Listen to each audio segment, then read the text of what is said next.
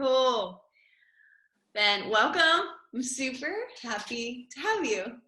Thank you for having me. I'm very excited to be here, or here as in with you. Yeah. Wherever we are. Yeah, and you being in your virtual studio space definitely makes me feel like I just need to spend some time in the studio today.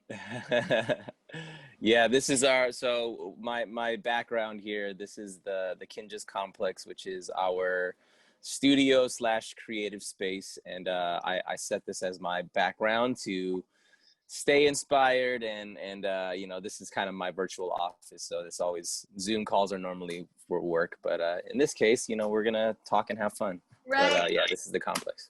We'll pretend like we're in the studio together. Yeah. I have to say though, after watching more and more videos of just you solo dancing, I'm like, I love my dance. I love my ability, but I have pretty strong dancer envy when I watch you move.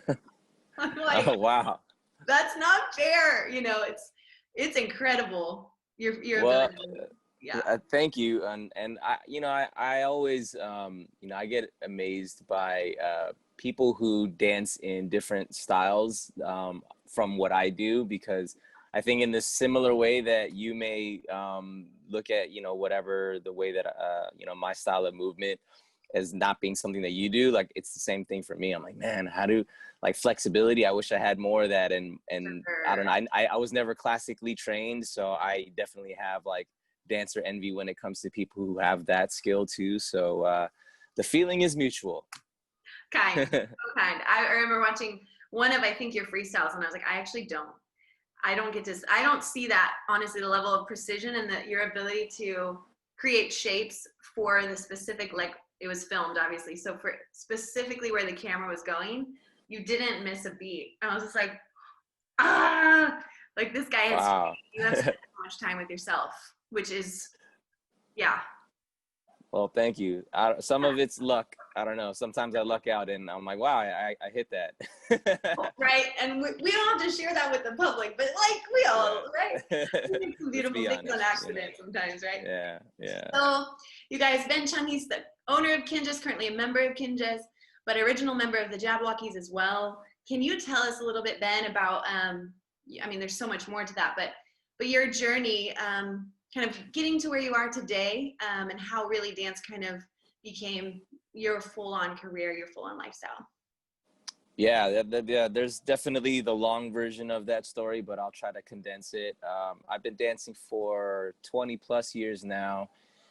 Started in high school just with a couple of friends, just like everybody, just kind of a hobby. And then I was introduced to the dance community, and what I mean about that is in Southern California, there in the mid-90s, there was a collegiate, college-based dance teams that were formed, and there was like these showcases that people would come to, and they would essentially compete, and that scene grew larger and larger, and I was kind of introduced to it in the early 2000s. So that was more so when I got into college, and that really got me into things like the choreography scene. That was very foreign to me. I just kind of learned how to just freestyle and just kind of mimic what I would see on TV, and then kind of just do it for fun, and never really knew like what an 8 count was and stuff like that. So I definitely learned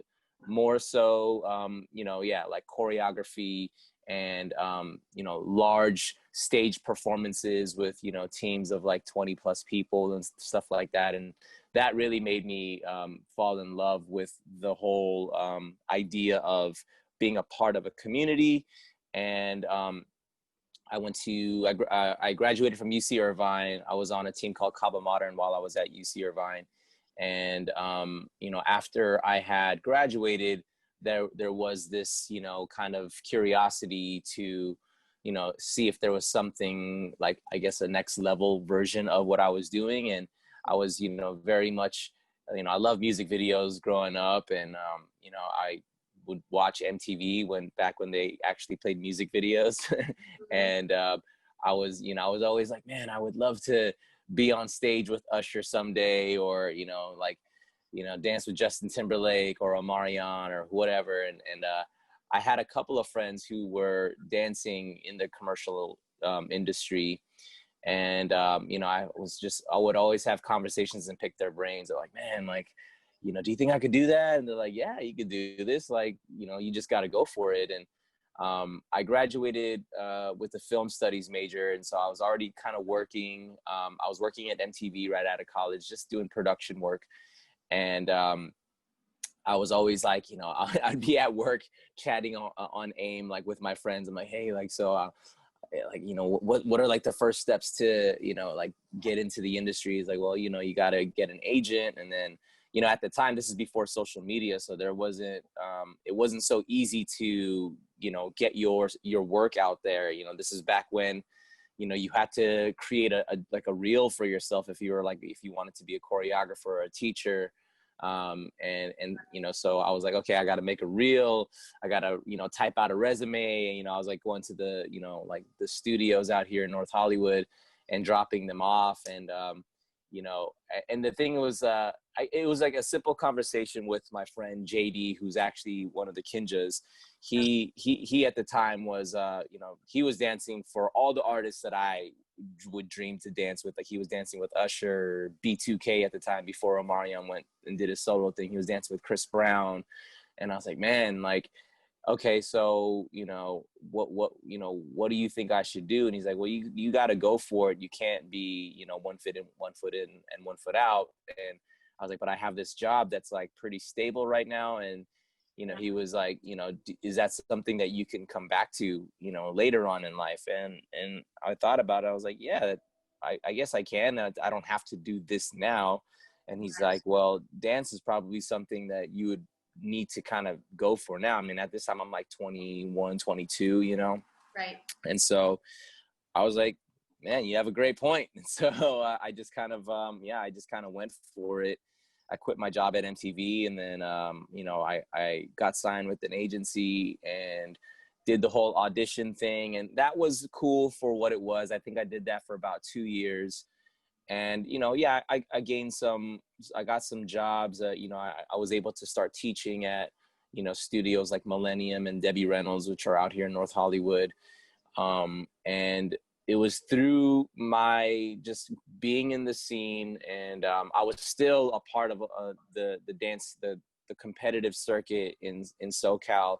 I was still a part of that, and I was, still dancing with Cabo Modern for a little bit. And then I joined a group out of San Diego called Super Galactic Beat Manipulators, which is a crazy name. The director of that team was Kevin Brewer of Jabbawockeez, and KB actually had come out to a class that I was teaching in San Diego, and I was completely starstruck when he walked in, because I was like, yo, that's KB from Jabbawockeez. Like, what's he doing in my class? And he took my class, and afterwards he came up to me and he was like, yo, man, like, you're really dope, and I'm gonna start my own team, and just wondering if you would be down to be a part of it. And in my head, I'm like, whatever it is, I'm down. I don't know what you're asking me, but the answer is yes. Because all I ever wanted to do was, dance with KB, and I was a big fan of Jabbawockeez. And Jabbawockeez started in 2003, so by this time, they were kind of like more so had that underground sort of like fame. This was prior to America's Best Dance Crew, so they weren't like this world renowned crew or anything like that. But I knew as soon as I saw them at their very first showcase that they were gonna change the face of dance. Like, they're gonna change the world. And so I joined, and I was living in LA at the time. LA and San Diego, it's like 2 hours, a 2-hour drive one way. And I would go out there twice a week just to rehearse and dance with them. And, I did that for a little bit. And then eventually they asked me to join Jabbawockeez. And so I joined in 2007. And then, in 2008 was when we did America's Best Dance Crew. And, we, praise God, we were able to win that show. And then things just took off from there. We got a show in Las Vegas in 2010. So I lived out there for almost 5 years doing that show. And 2014 was when I moved back from Vegas to LA. And then I joined Kinjaz when, the founders, Mike Song and Anthony Lee, they, at that time, it was a very just serendipitous timing where they were deciding to kind of shift their focuses from creating their own solo journeys as choreographers and dancers, and they wanted to put their collective energy back into Kinjaz. Kinjaz was formed in 2010, but from 2010 to 14, it was just kind of a crew where it was just for fun. They would do performances and stuff, but they never really made plans for Kinjaz to be this, company and brand. But in 2014 was when they decided to kind of like, let's stop the focus on our solo stuff. Let's pour it like collectively into Kinjaz. And then I had just come back from Vegas to LA, and they're like, oh shoot, Ben's back in LA, and let's see if he wants to be a part of this. And so we all kind of just joined forces at that time and established the company. And 2015, which was like the year after, America's Best Dance Crew actually came back for an 8th season, and we were invited to be a part of that show. And so we went all the way to the finals, and we were up against Quest Crew, which we ended up losing to. But from there, like things just the exposure itself and the fans that we gained through all that was amazing. And it's been growing ever since. And then we did World of Dance season 1, which was an incredible experience, and just the level of talent that was on that show. And yeah, from there we were able to build, we crowdfunded our first ever studio, the Kinjaz Dojo, which is in Monterey Park in East LA out here, which unfortunately we had to close the doors a few months back because of COVID. But we also were able to open up the Kinjaz Komplex, which is what you see behind me. We opened that up at the top of this year. And yeah, that was a mouthful. Sorry, I said I was going to give you the short version. I guess that's the short-ish version. There's gold in the journey no matter what, because a lot of us come up against certain decisions and opportunities. And yeah, if you're listening, you can find the nuances of like the moves that you decided to make and the ways that you paid attention to your heart and the ways that you listened to what you really wanted. You took some risk right there. You walked away from a stable job, it sounds like, and you went in for it with not a lot of knowledge of what was in the unknown territory. So yeah. It's funny that you mentioned risk and walking into unknown territory. That was actually a big theme I feel like that I've seen in my life, especially from where I'm at now, present day 2020, and even taking that initial risk into pursuing dance. Yeah, like you said, not a traditionally you wouldn't find a lot of people finding a lot of success, traditionally speaking, through taking that sort of a leap. And I believed in it, and I felt like God was opening up doors that I was just recognizing and walking through. And then even the move back from Vegas to LA was another big turning point for me, because that was at a time where already by that time I was living in Vegas for almost 5 years. And there was I felt like spiritually I had kind of been very lukewarm at that time, and kind of just slipping into things that even with my own eyes I wasn't recognizing. But that was at a time where I felt like God was doing a lot of things to show me, pretty much putting the mirror to my face, and like, this is who you are becoming, and this is not who you are, and I think that was a big time for me to really, like the mirror to the face analogy, I think, is the only way I can put it. I'm like, wow, I'm living a very dual, like two-faced, like hypocritical sort of life as a self-proclaimed Christian. And so I felt like God was telling me that he's definitely still there, but there's a road to travel back down.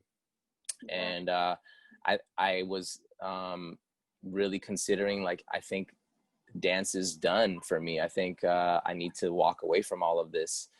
And there wasn't this promise of what I would be walking away from and walking towards. It was just, you need to leave. And people would ask me, they're like, well, what are you going to do when you go back to LA? I'm like, I don't know. And they're like, well, do you think that's wise? And I'm like, I don't know if it's wise or not. I just know that I need to do this. And I keep thinking of when Jesus called Peter to walk out onto the water. I'm sure Peter was scared. He's like, are you crazy? Like, you can't, you're not supposed to walk on water. But, I think that's the thing where, when God's calling you to walk out, you walk out, and he'll meet you there. And so coming back to LA was a true sort of leap of faith for me. Like I said, I think my whole, passion for dance had kind of, at the time it left me, and I had to like rediscover it. It became a new sort of passion, when I came to LA. And, can I ask you a little bit about like that process for you? I think that's what I was wondering, is when the lifestyle of maybe what was around you in the performance arena, right? The lifestyle that comes with a performance career can be a lifestyle that doesn't necessarily fill the soul of the performer. It's just what's available. It's what everybody's doing. It's just how we go. Would you say that's kind of why you also maybe equally lost passion for dance, is because you kind of lost touch with yourself and what feeds your soul at that time?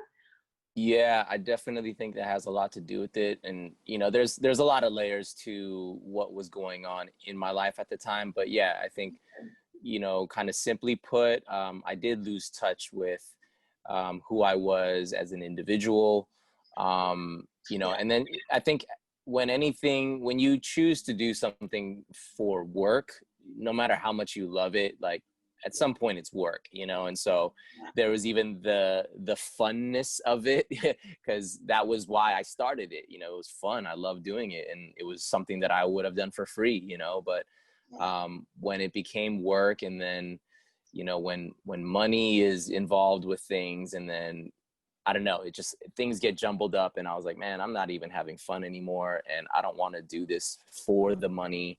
I need a better why. I need a more solid why than what I've been doing it for up until this point. And so it was a journey to rediscover what that why now is, and for that being clear now, it still keeps me motivated to keep pushing. And sure, dance is, obviously still very much a part of my life and who I am, but I think I'm learning to see that dance was always more the vehicle than the destination. I think dance has afforded me so many amazing opportunities to do things, to go places, to see things, to connect with people, to experience things that I probably never would have if I wasn't dancing. And I think that's something that I recognize, if that's a God-given gift. That's not something that I created for myself. So if it was given to me, then I need to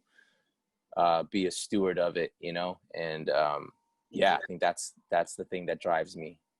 That's cool. Yeah, it sounds like your shift for you, it like helped you deepen your roots, and now like dance sounds like is quite the spiritual act for you, or your why sounds to me like it's really a part of your spiritual life.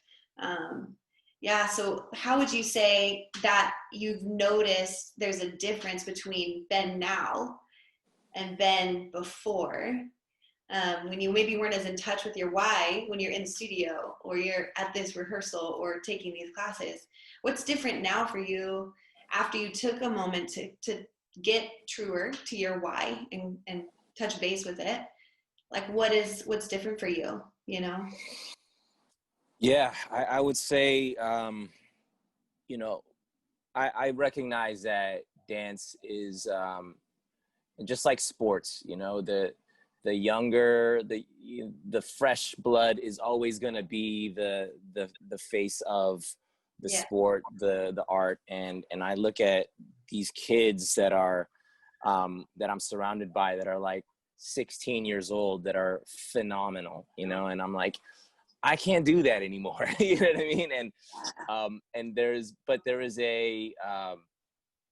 an excitement that I get from seeing that, and knowing that I've been blessed to be a part of, you know, these organizations and crews that these kids look up to, and they want to be around what we've created, you know. And there's this joy that I get from being able to dance along. Like, I'm literally, you know, I'm 39 years old and I'm like dancing along kids that I'm like almost half their age, you know what I mean? And like, well, one, it's cool. I'm like, hey, it's cool that I can still hang with these kids. Yeah, sure. But there's also this joy of like, man, I'm a part of creating something that gives a platform for the future. Right.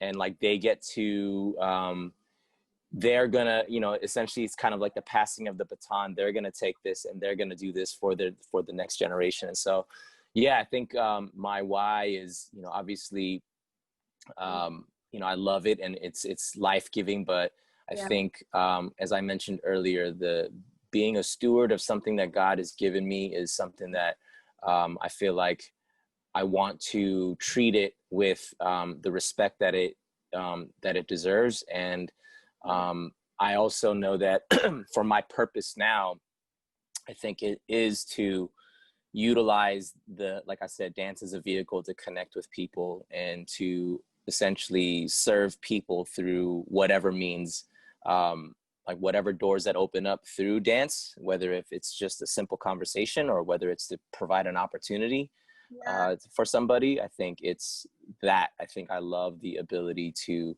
connect and serve through it. And I think that's what's changed. Yeah.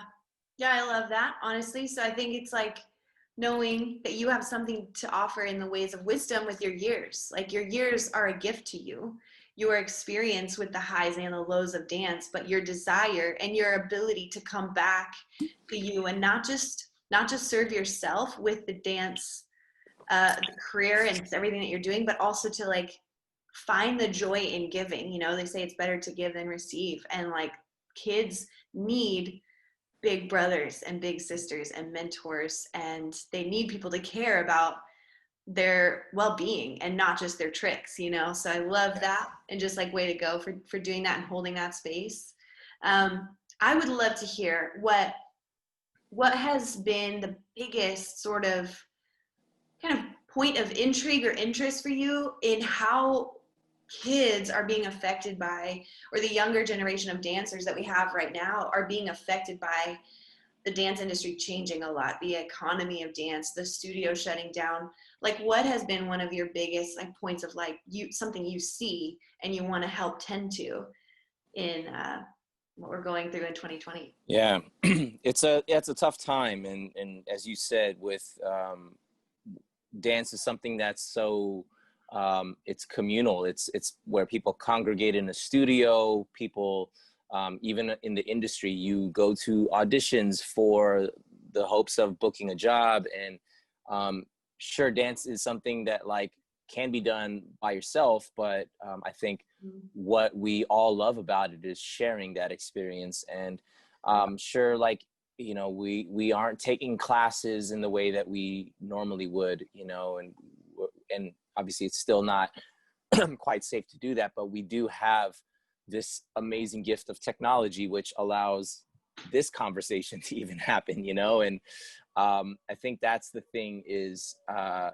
you know, when a door closes, you know, another opens up. And as cliche as that is, it's just the truth. And I think what technology offers us is it now allows the classroom to expand almost infinitely, you know. And I've seen a lot of studios pivot their focuses to go completely digital, where you know, you can have Zoom classes, and there's also just all sorts of other technologies that are popping up where the tech is actually getting even way more dialed in, like things like platforms like Steezy Studios and CLI Studios. They've had these amazing technologies where, you know, the classroom learning experience is actually pretty amazing, where and I think in a lot of ways, even I don't want to say better, it's just a different way. You know, I know that some people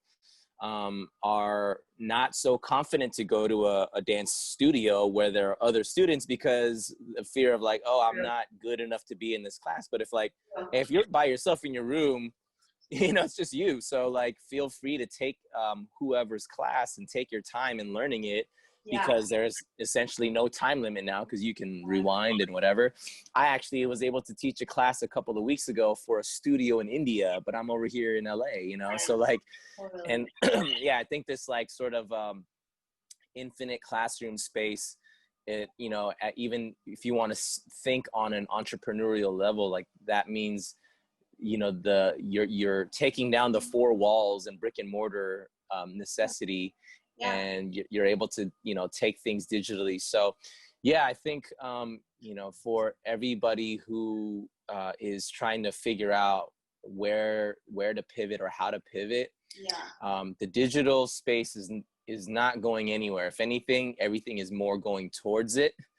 So if you can figure out how to, you know, teach a class, or if you're a studio owner, how to take, you know, how to really create this digital learning experience and really dialing it in, that's going to be, you know, I don't want to say the only thing that you can do, but can be a very big thing. Can you speak to performance ideas? Yeah, that's a tough one. But, you know, again, I don't think that you can ever completely replace live shows, you know, again, because there's just something with human energy, like being at a concert, seeing a performance, you know, live right before you is I would still say the best way. But, you know, I think, again, doing things digitally, and I've actually seen a few very creative uses of, you know, these sorts of live concerts and stuff like that. Sure, it's done still via like through, you know, through the internet, but, you know, being able to, there's like, I've seen like integrations where there's chat rooms where you can chat live with, you know, whether it's the artists themselves. So there's like a forum. So I don't know. I just think that, again, people are being very quick to develop these platforms where, you know, you can still see a concert, listen to music, still have a experience where it's like, and I think that's why things like, you know, IG lives have been really big during this pandemic, is because there is this, oh, this is happening in the moment, you know, and there's like an excitement about that.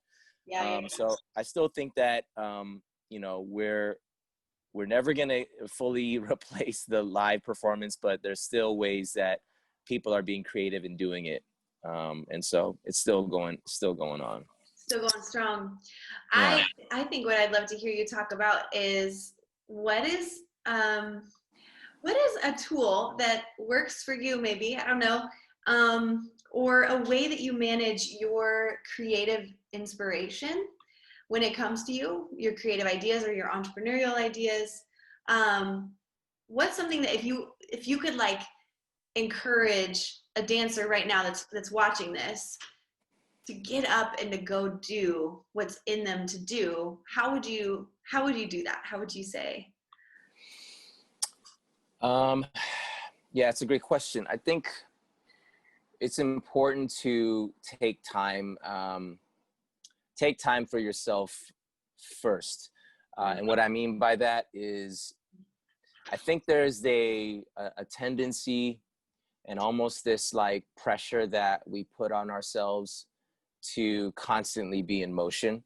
And, you know, and I think we get that from, you know, things like social media. You know, we pop open Instagram and everyone's doing amazing things. And then, you know, we look at ourselves, oh, well, how come I'm not doing that stuff? You know, or I need to post a video so that I get a ton of likes. And I need to show people that I'm hustling and stuff like that. And I'm not even gonna completely like, demonize that as if that's a bad thing. I think, being motivated is great, and whatever you can get inspiration to, get up off your butt and go do something is great. But if you don't take time for yourself, you could just be running aimlessly, like you could just be going and then not knowing where you're going or why you're even doing it. And so I think it's great to pause, even a little bit daily to, like set your focuses on like, what is it that I want to accomplish today?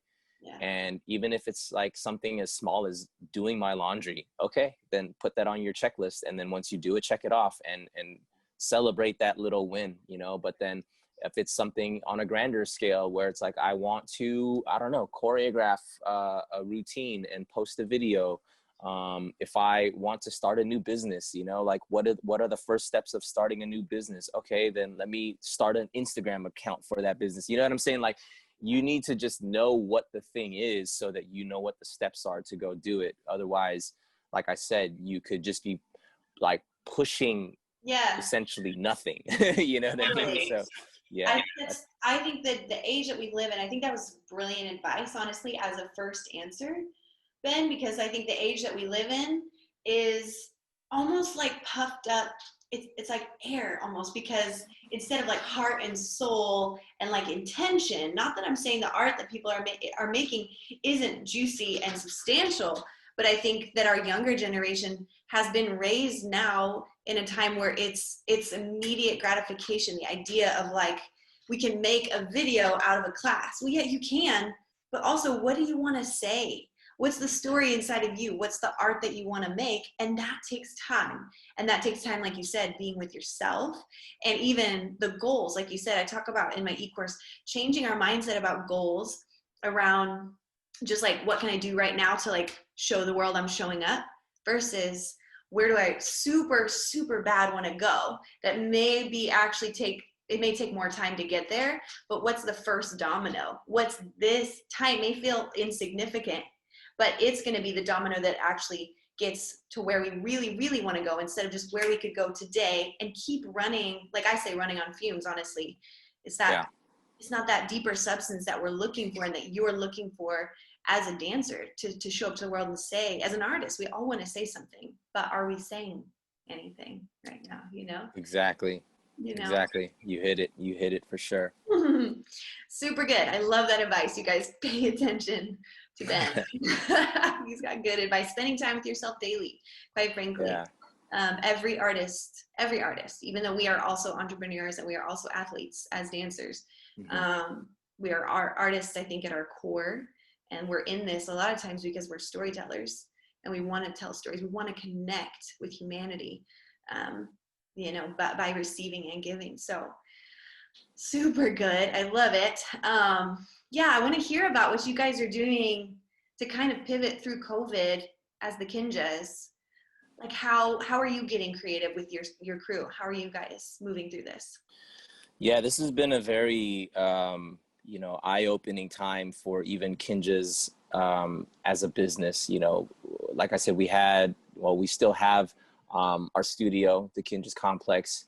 We have studios in China, and we had to shut down one of the first studio that we had, the dojo. And, that was something that we dreamed to have our own studio. Like, it would be like, a space where we can create, a place where we can teach and educate. And that was one of our the largest business models that we were really leaning on. Yeah. And then, come a pandemic where we had to shut down these studios, and, we're like, okay, well, if we can't have people come to us, let's take it to them. And so let's focus on these digital classes. And so we were doing that for a while, and it was doing okay. But we also really had to kind of like, again, kind of get together and really think about like what is like the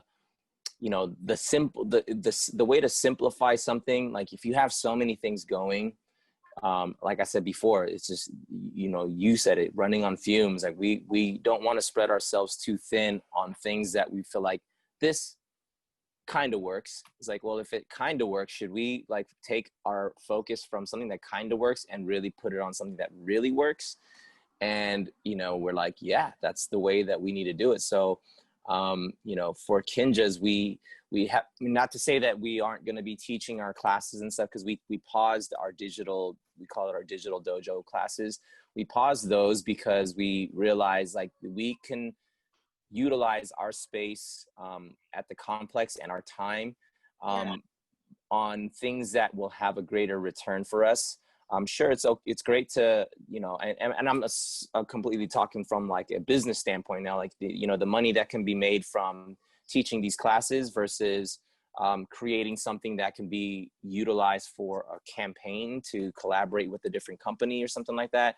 There's a greater return even on a financial level, but more than that, even on a creative level for us, because we want to, obviously we have to sustain a business and livelihoods, but we are also creatives. We also want to be proud of what we're creating and stuff. And so we've shifted our focuses from not being so much going towards the educational class side, at least right now.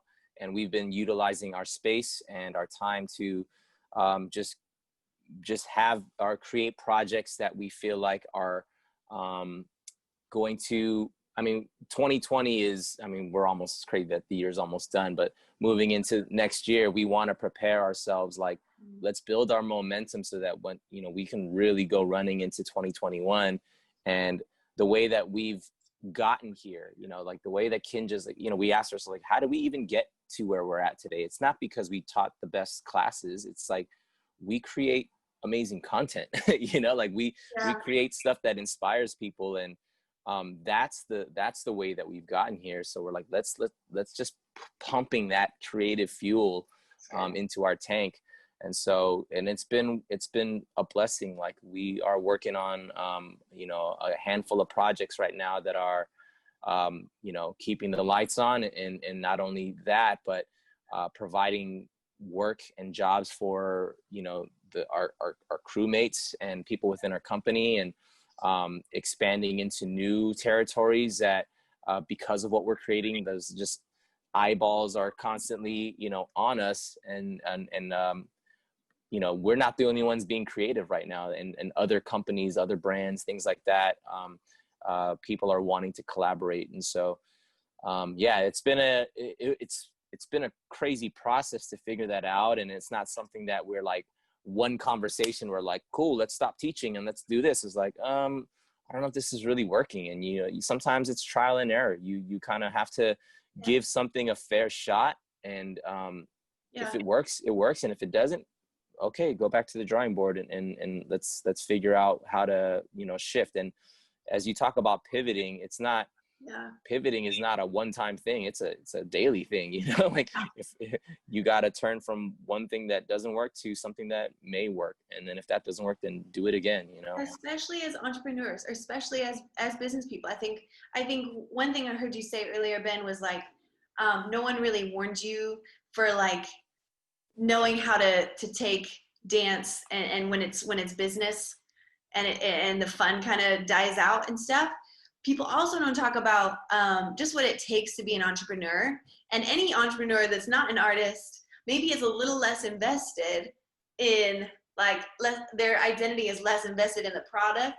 It's more like, how do we make this and how do we make it make money? You know what I mean? Whereas artists, we're a little more sensitive. We're like, we just want to help the world and we want it to be beautiful. And we get a little more precious about it. And I think if people would warn us and say, hey, it's okay. Like, there are going to be multiple iterations of the thing that you're giving out. And then you'll find that thing that hits the right frequency and it works for everybody. And it's what the world needs right now. So I think, if you guys are listening right now, just pay attention to, I think what you're saying also is like discerning your season. It's not always summertime. It's not always springtime. There are winters, but our roots go deeper in winter sometimes. You know what I mean? So maybe it's Absolutely. not being on social media for you right now. Maybe it's actually spending time on your craft really personally and spending time alone in the studio if you can't make it to a studio right now. You know what I mean? So I love that you really bring a super business mind to the dance world, because you've been in and out of several bigger like iterations of a dance enterprise. And most of our young people don't have that experience yet, and then don't realize you get to put entrepreneur's mind and go like, let's just try it and see if it works. Mm. You Mm-hmm. know, Mm-hmm. and take the pressure off. Something I also want to say to that is, as you mentioned, approaching dance now from like a entrepreneurial mindset, that is not something that I ever, like, that wasn't a skill that I just had all the time. You know what I mean? And it's, and I want to emphasize that, because I don't want to scare people into thinking like, oh, well, I'm not a businessman. I didn't go to business school. So like, how am I going to be able to figure this out? Like, neither did I. I didn't go to business school. I went to the school of hard knocks. You figure it out because of life, and you make a bunch of mistakes. And, but I think that's something that, it does take a lot of grit, and it does take a lot of, if you don't love what you do, don't do it, and not to knock anybody who, it works in a field that they're not necessarily passionate about. But I will say, if you're not passionate about your work, that's okay, but find something that you are passionate about, because that's how you get burnt out.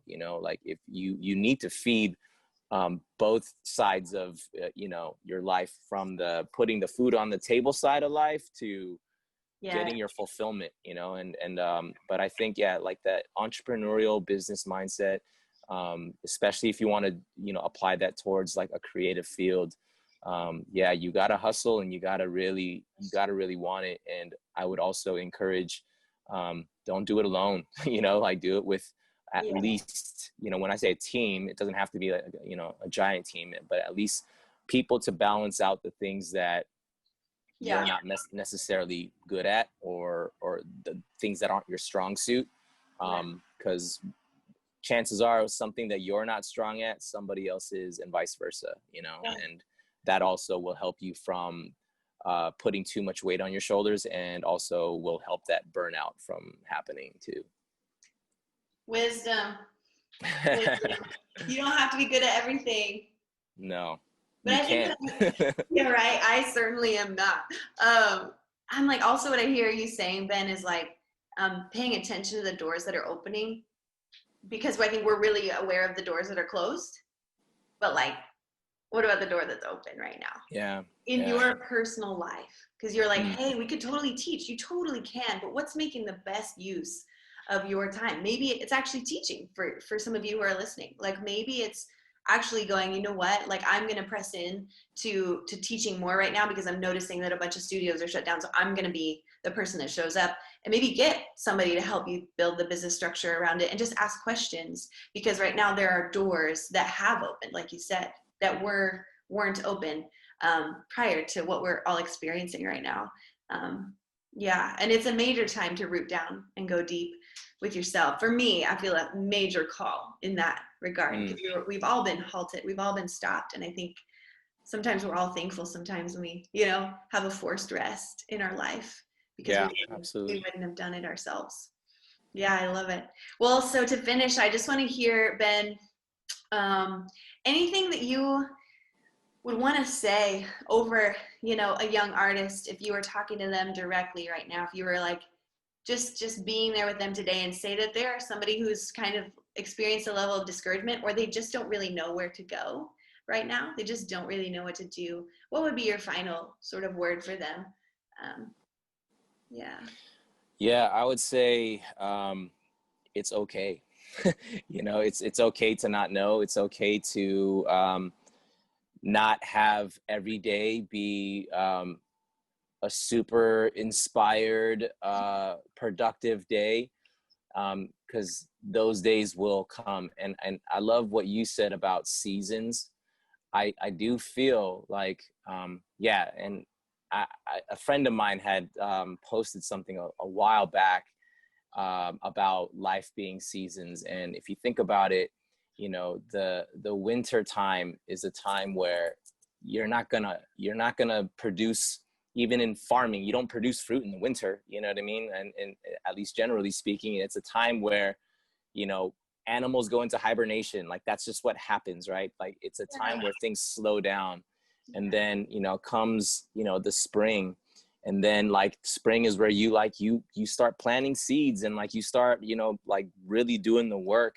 And then, you know, summertime is like things start to like everything's, you know, vibrant and everything's moving. And like that's like all these things happen in nature without us even really doing anything. That's just how the world works. That's how God created it. So I feel like a time like 2020, maybe it's a long winter, you know, and I had this conversation with a friend of mine a couple of days ago, and he's a painter. He's a phenomenal painter. And I just asked him, I said, hey, if you were to paint 2020, what would it look like? And he said, it would be a tree. And he's like, but I would emphasize the roots of that tree. And he's like, you know, without roots, you can't produce a big tree, and without that tree you can't produce the fruits on that tree. It starts with the roots. And he was like, 2020 would be a tree with, you know, strong roots. And I was like, man, that's so good, you know. And like, so yeah, with all that being said, I think, you know, as we talk about a forced rest and like this forced slowdown, and it doesn't mean like, okay, cool, everyone just go to sleep, you know what I mean, and let's not try. But I think this is that time where, you know, even for like, you know, for Kinjaz and for myself personally, like looking at what's around me and being able to simplify and like cut out the unnecessary, you know, cut out the fat, and like, this is what I really need to focus on, and giving myself grace when I'm not necessarily killing it every day, but still stay the course. So yeah, I would want to encourage people with that. It's okay to not feel like you are thriving, but just know that what the work that you are putting in right now, especially after you know, again, why and like what your goal is and why you're doing it, if you're putting little by little, as you mentioned earlier, you can be a very long-winded person. You're good. You're great.